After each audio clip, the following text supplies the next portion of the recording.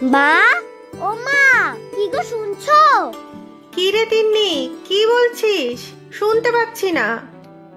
ইস, কিরকম মা তুমি! তোমার ছোট্ট মেয়ে এই তিন্নি তোমাকে কখন থেকে ডাকছে, আর তুমি কিনা শুনতে পাচ্ছ না?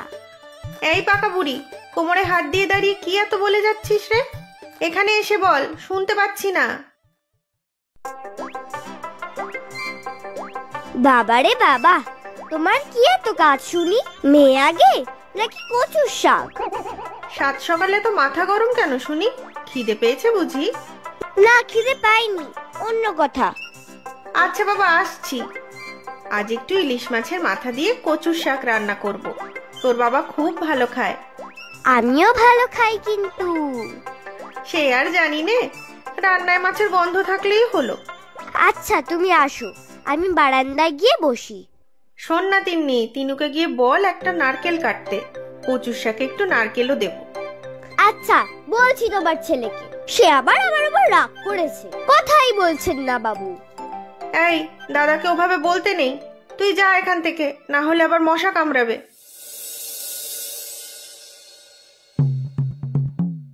এই দাদা, তোর সঙ্গে এখন আরই না ভাব? সেটা তুই ভাব। তার মানে ভাব। কি মজা, কি মজা! এই মেছো ভূত, এতে আবার মজা কি রে? এই দাদা, আবার আমাকে মেচো ভূত বলছিস? তাহলে কিন্তু আবার আরি। আরি তো আরি, আরি আরি আরি, কাল যাব বাড়ি, পরশু যাব ঘর, হনুমানের লেজটি ধরে তিন্নি তুই টানাটানি কর। এই দাদা, তুই কিন্তু খুব দুষ্ট হচ্ছিস। দাঁড়া, আজ বাবা ঘরে ফিরুক, ঠিক নালিশ করব। নালিশ করে বালিশ পাবি, হনুমানের হাতে চাটি খাবি। ও মা, দেখে যাও, দাদা আমাকে খেপাচ্ছে। কোথায় খেপালাম? তুই খেপি বলে আমি খেপাবো? মা তোকে নারকেল কেটে রাখতে বলেছে, শুনেছিস? হ্যাঁ। ব্যাস, আমার বলা হয়ে গেল।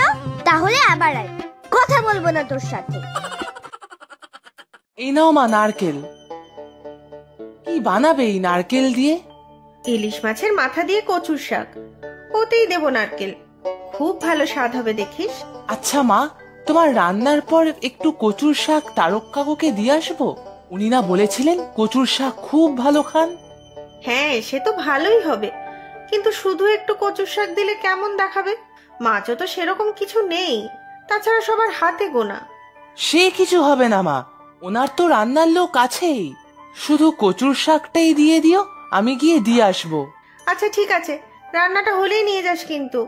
হ্যাঁ মা, ওদিকে আবার তিন্নি দেখো রাগ করে ঘরে ঢুকলো। হ্যাঁ তাই তো, আমাকে কিছু বলতে গিয়েছিল, শোনা হয়নি। ডাক তো তিনু তিন্নিকে। তিন্নি, তিন্নি, এই তোকে মা ডাকছে। ও তাই তো, তোর সাথে তো আমার আরই চলছে। আচ্ছা ঠিক আছে, মুখে বলতে হবে না, শুধু মাথা নাড়িয়ে জবাব দিবি, ঠিক আছে?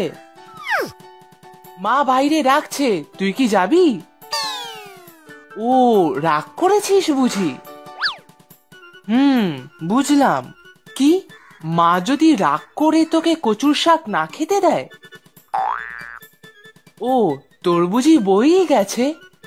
আচ্ছা, কচুর শাকে কিন্তু ইলিশ মাছের মাথাও আছে, আর কচুর শাক না খেলে মাছের ঝোলও দেবে না বলেছে।